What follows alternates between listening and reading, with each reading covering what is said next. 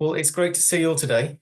Welcome to the second day of our annual Vincentian Values Week. We started off yesterday with a fantastic session led by the Jesuit Refugee Service, learning about the work they do with people seeking asylum and those often trapped in the refugee system in the UK. It was a great session to start the week. Plenty of food for thought and some wonderful examples of the work that they're doing. Today, we are absolutely delighted to be joined by Alexia Murphy, Chief Exec of Depaul UK. In the manifesto we put forward as the Vincentian family, one of the key issues ahead of the general election was on housing and homelessness. And we're really, really pleased today that Alexia is here to talk through the work of Depaul UK in tackling homelessness, the work they do and plans going forward. So I will hand over now. Alexia, welcome, and thank you so much for joining us today. Good morning, everyone, or good evening if you're in Australia. Thank you. And first of all, happy Vincentian Values Week to you all. We're all celebrating with events, and we are at Depaul UK too. And I just used opportunistic, as I always am. I'm hoping to come to Australia in the spring, and I was wondering if I could pop over and see the daughters in Australia while I'm there. So I'm just going to put that out there now, and I'll be in touch after this meeting. So I have my cheeky request out the way. I'm going to tell you a little bit about Depaul UK, and I'm sure most of you knew Depaul way before I did. And I've known Depaul for a long time because I've been. Can people hear me okay? Yeah. Yeah.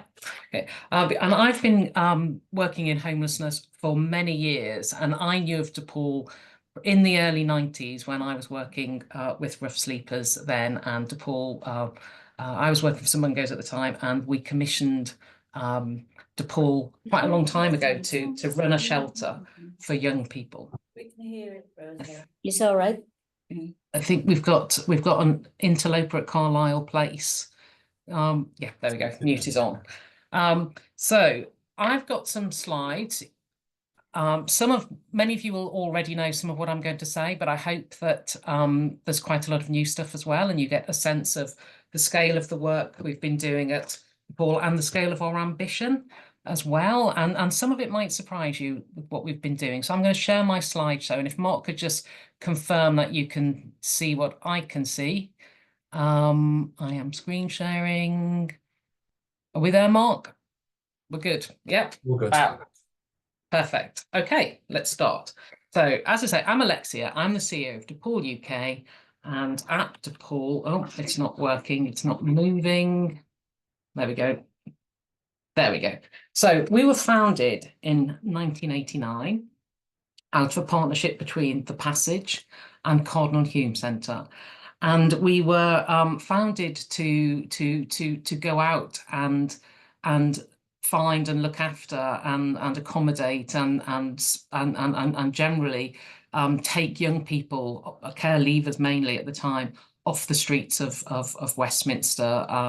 They were vulnerable to abuse, to drug addiction, and so on. Now, interestingly, when I was preparing for this presentation, I tried to find out how many young people were on the streets in London at the time. And it's quite hard because nobody was counting. And we count a lot at these days, but at the time nobody was counting, so there's no accurate data. But what I did find was a Hansard record of a debate in Parliament in July 1989, which would probably be around about the time that Depaul UK was being set up as a charity. And it was a debate on youth homelessness. And Jeremy Corbyn actually posed a question in that debate, and he said he believed there were 2,000 young people sleeping on the street in London in 1989. And there was much talk in that debate about the repeal of the Vagrancy Act. So I was interested to see that debate was happening 35 years ago, but also extremely sad to see that we're still talking about the same things 35 years later. And this is the amendments to the Vagrancy Act are still an issue being debated in Parliament. So just to carry on, you know that we've worked with young people for all those years, but we also work with vulnerable adults. And our work with adults really took off during COVID. We always had a couple of services, mainly in the Northeast, that were working with rough sleepers in Middlesbrough. But during COVID, we were asked by government to run some of the COVID hotels to support the wider everyone in approach. And as a result of doing that, Depaul UK actually got asked to run some more services. And so now we run contracts for working with adults in Haringey and in other parts of London. But also we've increased the amount of work we do in Middlesbrough with rough sleepers up there. And I'll talk to you a little bit later on in the presentation about that work in Middlesbrough, because I do think it's something that you would particularly find interesting. What do we do? Well, we provide housing. So 450 bed, or no, 500 people will sleep in a Depaul bed tonight. A warm and safe and damp and mold free bed. Damp and mold is a big thing in housing at the moment. We give advice to people. If they don't need a bed tonight, we can still help them with their housing and their homelessness, their risk of their homelessness. We support people with all sorts of things, with their mental health, with substance use, with their, if they have uncertain leave to remain here, we can help people who might have asylum cases ongoing. And we also do some overseas reconnection, which again is something I thought maybe some of you wouldn't have heard of the work we do around Romania, helping people who are sleeping rough on the streets, who are from Romania, but are sleeping on the street in London, helping them back to Romania where they want to make that return in a safe and planned way. We're a subsidiary of Depaul International, which means we get to have a global view on homelessness as well as our local view in the UK. And we work with our fellow subsidiaries, supporting them, and they support us, and with Depaul International to have a bigger voice on the international stage around homelessness. Because again, as I'll go on in this presentation, we'll talk a tiny bit about sort of the global movement of people as a driver of, to some degree, of homelessness in this country. Depaul UK also accredits the Night Stop network. Nobody can call themselves a Night Stop unless Depaul UK says they're good enough to do that. So we hold that trademark of Night Stop. Night Stop, for those of you who haven't heard, is a way of people in the community volunteering and giving up their spare bedroom for a night here or a night there to help a young person who's in housing crisis today. And they're very low needs young people that we house in those services, but in people's homes. But it's a valuable service, and 1,000 young people were housed in this way last year. Also, Night Stop Network it's not just a UK thing, it is an international thing, and Depaul UK accredits that international, very small but international network of Night Stops. We have 2 subsidiaries. I'm going to talk to you a little bit later about Depaul Housing Services, which is coming into its time at the minute with the current government, or well, the recent government policy on how we work and how we support homeless people away from their homelessness. Okay, right, impact. What did we actually do? So having just signed off our annual report for 2023, I can tell you that we worked with over 13,000 individual clients in 2023. 75% of those individual clients came from this group of people. They were young people, aged between 16 and 24. And amongst them were unaccompanied asylum-seeking children, and we have specific services for 16 and 17-year-olds who turn up in this country seeking asylum but are alone, which is shocking to know. But we work specifically with these groups of young people in the north of England. We house young parents, young mums, and babies in South London, and I do love to attend the Mums and Babies project, because you get to cuddle all the babies. But that's a really valuable service. I talk to young mums who literally have had their baby and are sitting on the bed in hospital, not knowing where they're going to be leaving hospital to, and they can be aged 16, 15, 16, 17 years of age, and they don't know where they're going when they leave, when somebody's going to come and get them and they're going to be taken somewhere. Unfortunately, some of those young women are brought to us. And we can then support them for a year or 2 until their babies are, we're all satisfied that their babies are thriving, and they are thriving and can live independently. One of our most recent services is called the YPAR, or the Young People at Serious Risk of Youth Violence. And this is a South London programme to bring children and young people out of gang affiliation and to a place of safety. Now, this work is interesting. Well, those young people are at very, very, very high risk of serious injury or death through gang violence, but so are their families. And so the work we do is around, yes, we take the young person, we house them away from the South London areas that they are from, but the partnership that we work with also has to support their families, because the violence goes from away from the young person and towards the families in those situations. So that's a pilot. We're doing it with Lambeth Council at the moment in partnership with some other agencies. We're working with rough sleeping young people to deliver the first ever specific pan-London young persons rough sleeping service. So we have 26 young people in Islington living in an old registered care home. It's a very good registered care home, to be honest, but it's a building that can no longer be used as a care home, and we've got the use of it for a couple of years, and we're housing 26 young people. I think I saw Helen O'Shea on this call, and Helen O'Shea visited quite recently, and I hope would agree that it's a really interesting service. And a good proportion of the young people who are living there have come out of asylum seeker accommodation. And I'll talk to you a little bit later about what happens when somebody comes out of asylum seeker accommodation. How do they become homeless? What happens to them? What do they know, and what are they entitled to, and so on and so forth.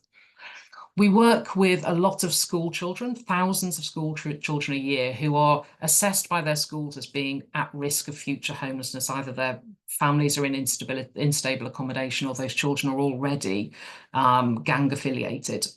And we don't go in on a this is how you don't become homeless perspective, but what we do is work with them around how they understand their own personal safety, how can they make good choices for their own lives to live a safe life, but also what to do if they do get into trouble, where to get the right help and instead of turning to the wrong places. We work with young people who have very, very, very high mental health support needs. So we have a tiny service of 7 young people in Camden who, and it's the service we run is considered to be one step away from having to stay on a mental health ward in a young person's mental health ward in hospital. So that's an interesting service. We do a lot of sort of interesting niche services where there aren't very many similar things commissioned or available for young people. So we work with 16 to 21-year-olds who have very, very high support needs, who would otherwise be in hospital. But most of the young people we work with are in our low and medium support houses. So they live in a house with 2 other people with a staff member that drops in every week, or they might live in a larger, sort of very small hostel of 12 to 14 young people. They're a bit livelier in those services. We do family mediation. And so if I told you that in 2023, our youngest client was 11, that is because we had 11, we routinely have children as the key client in our family mediation. And this is aiming at keeping families together. Because what do we know? We know that if we can keep that family together and keep that family housed, that the likelihood of that child becoming homeless as a young person and as an adult is much decreased. Family mediation helps the whole family. So if that young person is at risk because there's overcrowding in that household, or there is not enough money to go around, they're the sort of practical things that we can help get access to more money, or help support into other accommodation, or help that young person go and live with granny or an aunt if there's room available but there isn't the money to support the young person. We can help with all of those things. As I talked to you earlier about Night Stop UK, we run quite a few night stops ourselves, 3 big night stops. So every day, my teams around the country are working with young people who've phoned up this morning and said, I don't think I can go home tonight. I've come to college, but I can't come home tonight. Or colleges or apprenticeships or schools can get in touch with us, or employers, and say, I've got an 18-year-old or a 19-year-old and they can't go home tonight. What can you help us? and we can usually help in those circumstances. And we also do housing advice, which is let's get prevention is better than cure, and let's get people sorted before they even become homeless. So that's just the breadth of and scale of the things we've been doing with young people. We also worked with vulnerable adults, and this includes, as I said earlier, rough sleepers. So we have specific rough sleeping schemes that are funded through government. We have a few of those in London, but we also have our service in Middlesbrough. And our service in Middlesbrough, I think, is special. It's responding on a locality-based, community-based. Oh, have you lost my oh, hang on, sorry, I've jumped. There we go. Can you see it now? We're back to where we were. Yeah. Perfect. So we're working on a sort of community and local base, locality base in Middlesbrough, and responding to it. I went to Middlesbrough in January of this year. There was snow on the ground. It was -4 for 4 or 5 nights, and I was meeting people in our day centre who were banned from the local severe weather provision, and this goes back to behaviours that they may have exhibited in the past, but I hadn't really come across anything. And so we responded by, we asked if we could open a night shelter. We would run around the houses. So we opened our day centre at night, and we were able to take some people in extreme weather. And we've spent all year working with Middlesbrough Council so that this year, should the same thing happen, we can open a night shelter just for a few nights wherever it is needed. Yeah, and we were funded through, I think, through the local diocese there to do that small piece of work. We have been able to buy some. We've been able to buy some homes in Middlesbrough. And I'll talk to you later about how we've been able to do that. But we're in the process of buying our 14th one-bedroom flat through our housing association.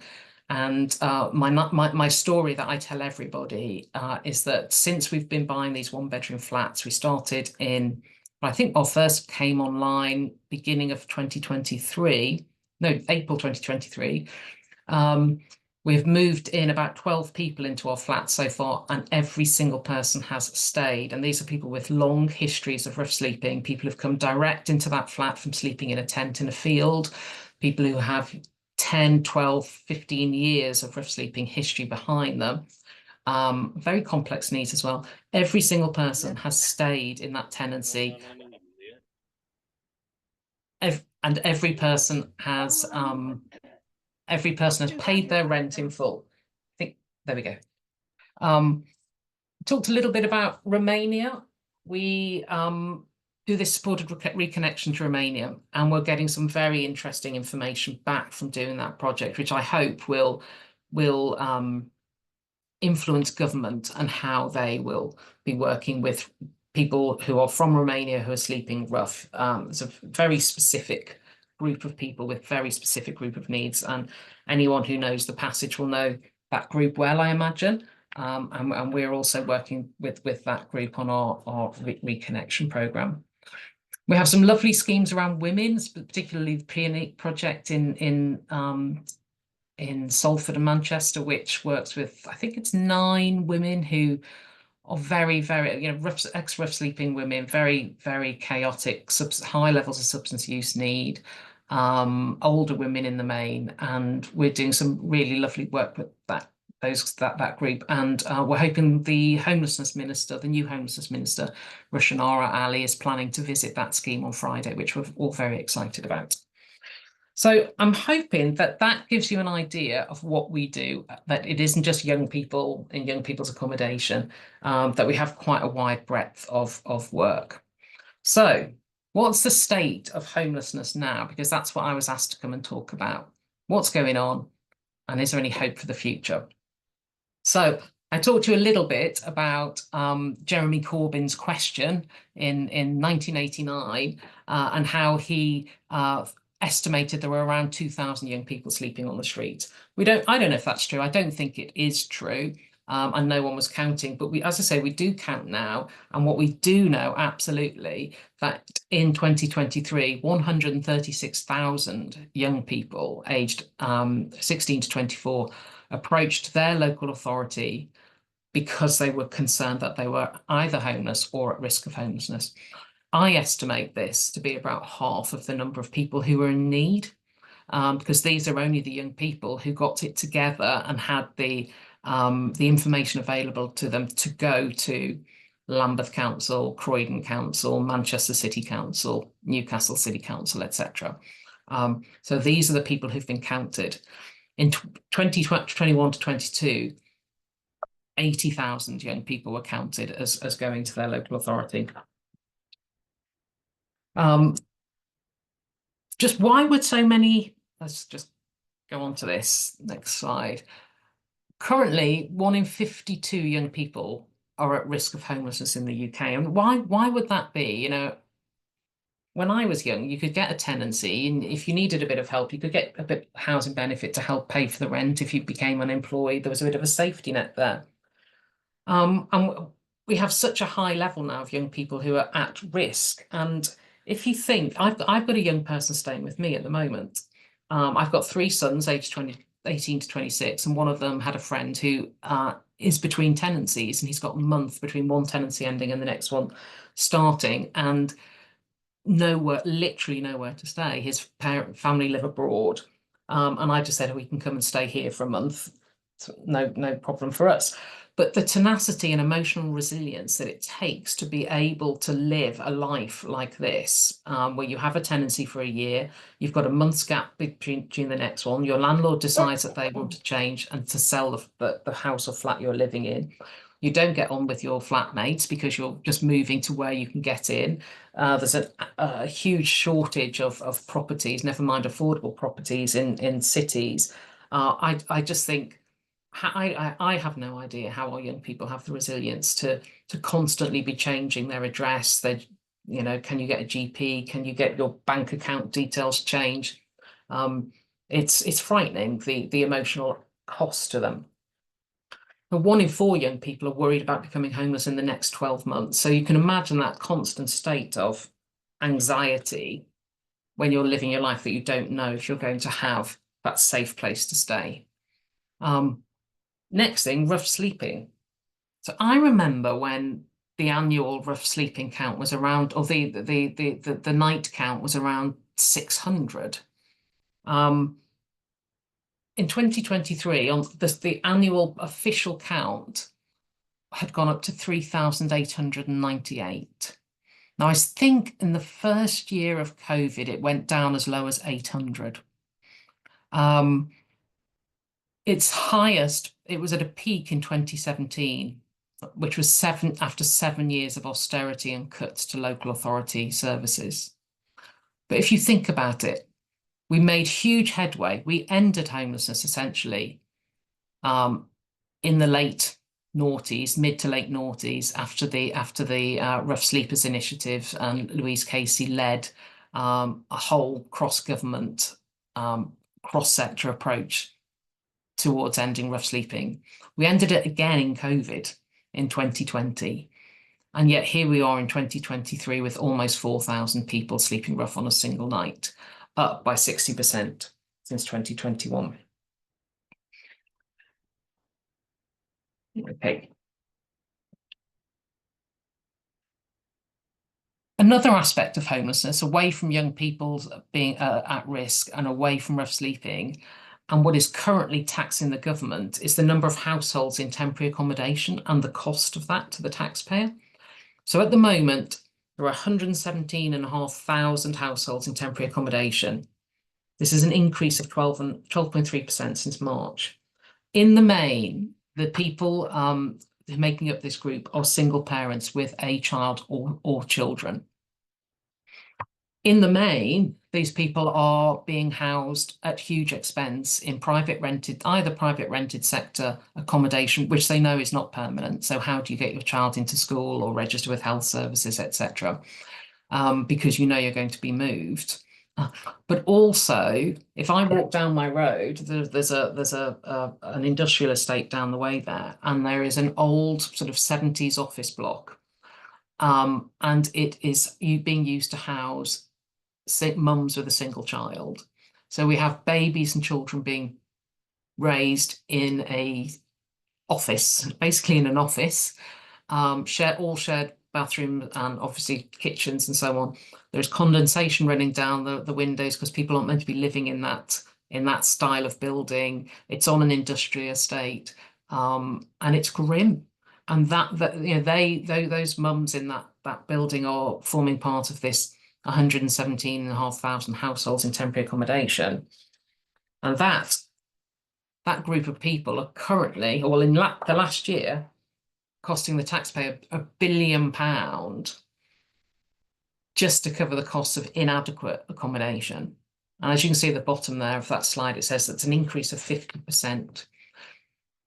So £1 billion is huge. However, it's paling into insignificance with what is going to be spent on the same accommodation in London this year. Because this year, London boroughs are forecast to be spending £1,088 million just on that inadequate accommodation in London alone. And that is an increase of 40% on last year. The problem is, I mean, we could say, well, yes, we could build houses for that amount. And we could build a lot of houses for that amount, but it wouldn't take the edge off the number of people who need to be housed. And at the moment, what do you do with the people who are living in temporary accommodation? How do we reduce the number of people who are joining that queue for that temporary accommodation and increase the number of people who are able to come out of that temporary accommodation and into a more permanent home for them to settle and raise their children? And these are the sort of questions that are keeping me up at night. What's driving that £1 billion in London alone? Because that's the money that's being taken away from other services, because you can't just pull people out of their temporary accommodation. So that is the question we're all looking to answer at the moment. In that accommodation, and this is why you can't just remove it, there are 151,000 dependent children. And what do we know about children who are living in homelessness situations like this, temporary situations? We know that they're more likely to become homeless as adults. And this is why we need to sort out that temporary accommodation issue, but we also need to work more on prevention programs, the sort of work we're doing in schools to make sure that we get an early intervention into a child who's at risk. We know who's at risk. Schools know who's at risk. We've got whole classes, and I think it's Tower Hamlets, how in their primary schools have whole classes where every single child's family is on the waiting list for housing. They're officially homeless. And that's an increase in 20,000 children in temporary accommodation on the previous year. Drivers, let me talk about drivers. The average monthly rent in England for a 3-bedroom house, that is, not for a flat, is 1,327. That's up £300 since 2020, and I'll tell you a little bit about why that is. In London, that figure is over £2,000. So if a family were looking for a house, just an average house with 3 bedrooms to raise a family, you're looking at, I think it's £2,200 is the average rent in London. Whether you get the help to cover that is another matter through housing benefits, and that's another driver of homelessness. So I'm going to look at drivers. Where are all these people coming from? So I've put leaving NAS accommodation, and I ummed and ahed about whether to put this on here because it's such a it's a difficult subject. Homelessness is a global issue, and we do have, when you look at the people sleeping rough on the streets of London, about half are what we would call a non-UK national. Many of them are coming out of what is called NAS accommodation, National Asylum Seeker Accommodation. They are coming from Syria, Afghanistan, North and East Africa, or in the main. What we're finding, even in our young people services in the youth hub in Islington, what we're finding is that young people will have spent quite a long time in NAS accommodation, having their case for asylum assessed. That time isn't being used to help train those young people in what to expect should their case be their claim be successful, what to expect when they come out, how to get assistance when they come out, what does holding a tenancy mean, what are the requirements for you to hold a tenancy, how do you get a bank account, how do you have ID to make a claim for support, where do you even go to get that support. That sort of work could be done in that accommodation. But what we're finding is young people coming out, hitting the streets, being referred into our young person's youth hub in Islington, and we're having to start that work then. And expectations are people that that they're not realistic. So there is an issue of that group of people becoming street homeless actually when they don't need to be. The cost of living crisis has definitely caused increased poverty. I mean, we can see it all around us in people who, the food banks close to where I live weren't a thing 10 years ago, and now they're a huge thing. People just can't afford to live. Rents are higher, and I've coupled this with the housing benefit freeze. The assistance that people can claim to pay their rent through housing benefit was frozen. The local housing allowance, as it's called, was frozen for 3 years. And so rents, when it went up this year, it was defrosted, I put there, but it was unfrozen. And it went up 3%. And what we found was rents went up 4%. So landlords who hadn't been able to increase their rents because they weren't going to get any more money because of the limit on the ability the local housing allowance, as soon as that went up, rents went up higher. That's happened this year. There is, there's a lack of social housing building. There isn't supply at the minute. But not only is there a lack of social housing being built, but over the past, through the austerity years, there was a net loss of hostel places and supported housing provision and support for people who needed support.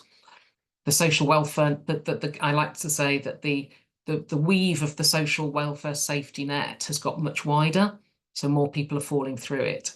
And the sort of preventative services and substance use services, mental health support services have decreased by 76% since 2010, when the coalition government, I think, came into power.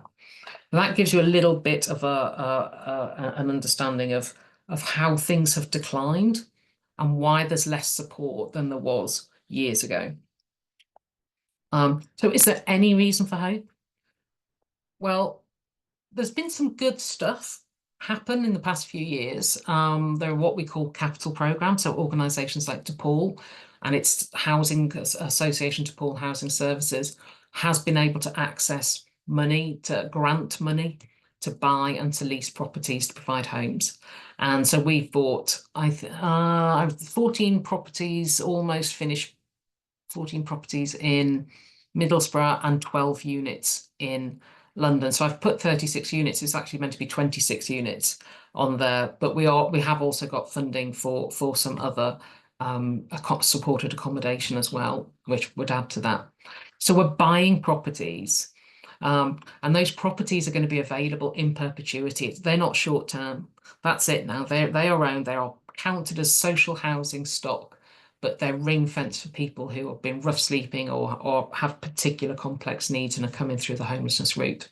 And the difference between these programs that we've made good use from in order to buy those homes and previous programs that have happened in the past is that the staffing costs have come along with the building costs.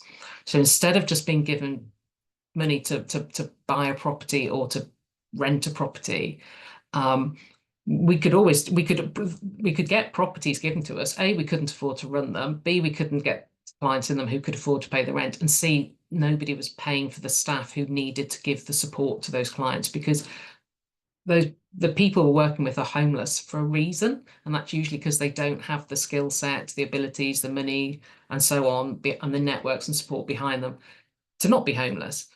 That support has to be provided by somebody, and that is from the staff of organisations like Depaul. So the programmes that the last government brought in at the very end of their tenure in government did bring that staffing support cost along with it, and we've been able to make good use of that. What does the future hold? I don't know, is the honest answer. But what we all know that there was a promised homelessness unit in the Deputy Prime Minister office. I haven't heard more about that yet. We know that they are going back to what worked in the past, which was that integrated across the whole government approach to tackling homelessness. So health and substance use and home office and housing, all brought together. Ministry of Justice, prisons should all be brought together to tackle each, let's break this down into chunks and let's tackle each chunk by the people who need to tackle it in an integrated way, so that prisons aren't pushing people out into homelessness. That's unhelpful. Asylum seeker accommodation isn't pushing people out into homelessness. That's unhelpful. If all of these different bits of government can align along one strategy in an integrated way, we should be able to prevent people becoming homeless in the first place and not have to pick up the pieces. The first job we have as an organisation and as a sector is there are current programmes being funded for rough sleepers that have been funded for two to 3 years now. All of that funding is currently due to end on the 31st of March 2025. And I can't believe it will. I'm sure there will be an intervention, but at the moment we haven't heard of that. So government is fairly quiet at the moment. They're looking towards what's worked in the past. We know there's stuff going on because when we talk to government officers, they say they're very, very busy working on something and they'll tell us as soon as we can. So we know something's coming down the road. We are being very big with our public voice as an organisation. We're trying to get out there. As I say, Rushanara Ali, the Homelessness Minister, is coming to visit on Friday, which we're excited about. We've been steering that relationship and that visit for a couple of weeks. We also have our private voice into government. So we've got our big voice, our public voice, which you might see on LinkedIn and Facebook, but we also have our private voice, and they're the conversations we have with MPs and in government to try and hopefully steer what's coming next. So that is it. I mean, I am hopeful because I couldn't not be, that good stuff will come. I've worked through different governments, different regimes, and so I am always hopeful. It's appalling that the problem has got as bad as it is, because I think, in my opinion, after 33 years in the sector, it's as bad as it has ever been. And that's the end of my presentation. Stop sharing. There we go. Alexia, thank you so much for showing us the fantastic work with Depaul, and also a very, very sobering kind of reflection of the reality that we're facing at the moment. I mean, the numbers are horrifying, but the increase in numbers and percentage over the last few years is terrifying, to be honest. I am going to open up to questions, but I'm very cheekily going to steal one first. Just off the most recent point you raised there around kind of the funding due to end next year, is if there is one major campaign that we as a Vincentian family could speak up together, or a campaign that Depaul is looking to launch themselves that we can add our voices to, in the most pressing sense, what would that be now? And how can we do it? Well, I think we have an ongoing campaign around the 136 young people and prevention programs. The only way we're going to stop this is to push upstream prevention. And prevention, it's not a very sexy thing when you look at those numbers, because those numbers are big. 117,000 households. I can't remember how many children are. Those numbers are big, and you can't take away the statutory duty to support. I don't know if it is statutory, but to the support for those households. So, but prevention has got to get back onto the agenda here and we have some great programs. So I think we will be looking at prevention. We have an ask out to government at the moment. So if this ask, and this has been signed up to by the sector, is around those rough sleeping programs, don't let the cliff edge happen. And as I say, I can't believe it will happen on the 31st of March. It would be, it would be appalling if it did. We've got people living in properties. We've got, we'd have to hand in notice on properties. We'd have to let staff go. But most of all, people are not going to have a home. They're going to have, there's not people without homes, without the support they need in the community through housing first models where you put the support around the person. So I think this, but if I can't remember how public that's gone at the moment, I think it is quite public, the letter to government around 31st of March. So I can get some information to you about that, Mark, in the first instance. But beyond that, we're waiting to see what's coming out of government for, what's going to come up in this rough sleeper initiative. And then we hope to be part of that. So, but prevention is Depaul's speciality, and prevention is what we would hope to be working on in the future to stop these numbers becoming big again. Thank you. And yeah, if we can lend support to that, I'd be very keen to do so, I think, across the family. We've had a question in the chat box a second, which is just around, to what extent, this is from Helen Dickens, to what extent do you think mental ill health has contributed to the rising numbers of homeless young people? I would say, Helen, that mental health is the single biggest it's concerning rise in young persons' needs that we're experiencing at Depaul UK. We have pretty much doubled our provision to support young people.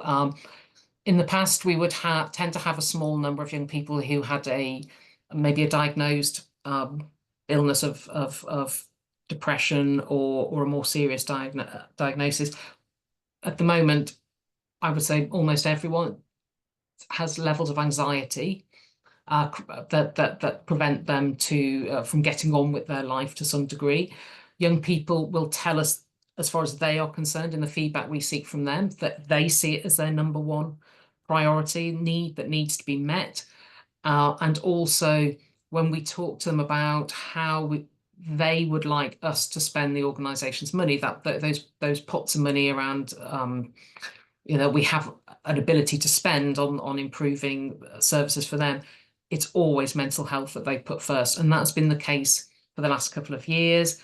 It escalated during the pandemic, definitely. I think that was felt across the board, but the situation for young people is worsening.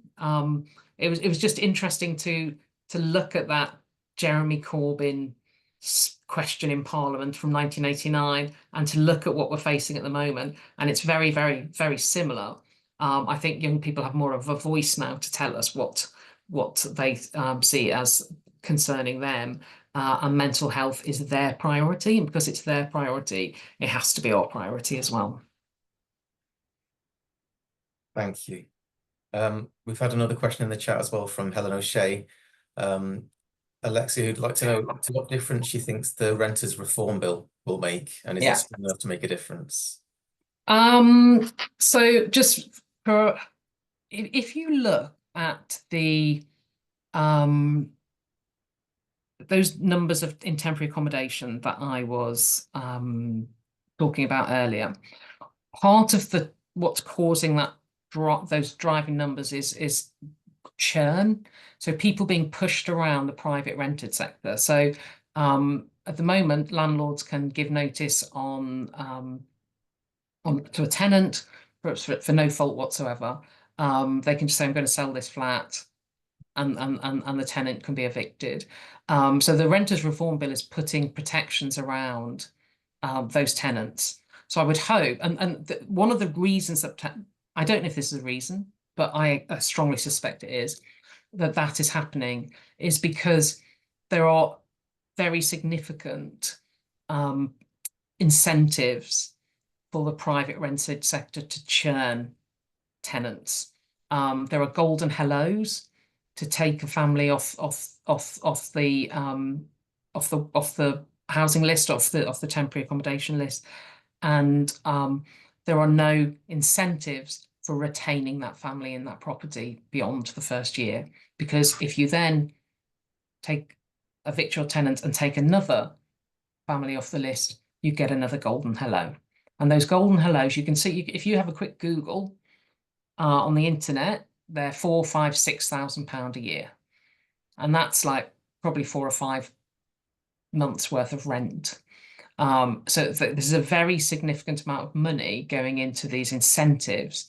And I was talking to a London borough recently who said there had been an agreement across all London boroughs to only offer the same, to limit the amount of money that was going into these incentives, and to have a consistent amount across the whole of London.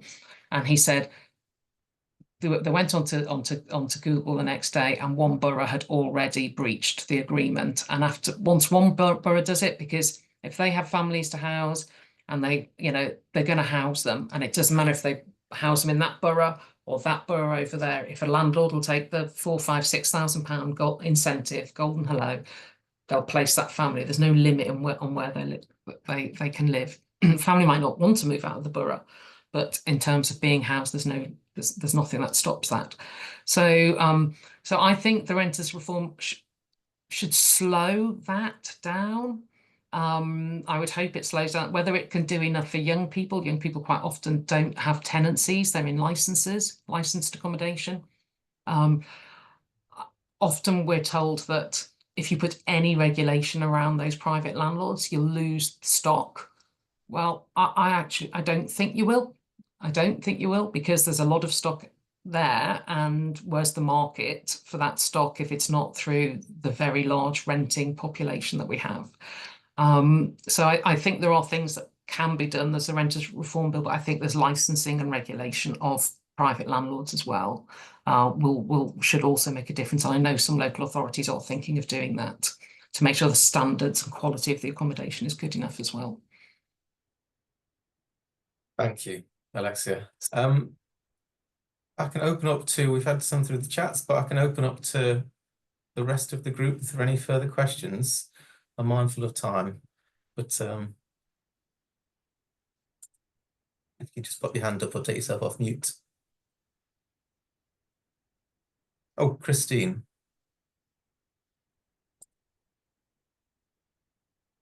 I think you're still on mute, Christine. Is that better? There we go. Yes. Alexia, do you use volunteers? And We if you do. how do you recruit them? So we use, I can tell you that last year we had 631 registered volunteers. We use volunteers, or volunteers support us in a number of ways. One is through Night Stop, and Night Stop will recruit their volunteers, because that's a very specific volunteering offer, offering up your spare bedroom and your time in that way. So they will recruit through LinkedIn, through local communities. More centrally, we use volunteers and our services to support young people. So they might go into the mother and baby unit and just be a listening ear, maybe a little bit of advice, accompaniment to appointments for young people who might not be too sure of how they get around, or just need some support which they're not getting from family. So we have volunteers who do that. We have volunteers who chaperone and drive. We have volunteers with skills like guitar playing, who will come in and work one-to-one. Professional mentors, so some of our corporate supporters in big companies like One Savings Bank can mentor a young person over 6 months. Maybe more around work and employment and what it is to be a worker and part of the workforce, and what the expectations are, how do you get where you want to be. So we have, and also we have volunteers who work to just support our core functions. So we have volunteers who work in HR and work in the admin at Night Stop UK, just to get experience. Younger people tend to do that, get experience in a chosen career, and but through volunteering. So we're recruiting volunteers through the same routes that we recruit staff. So that's LinkedIn, our own social media, and yeah. Thank you very much.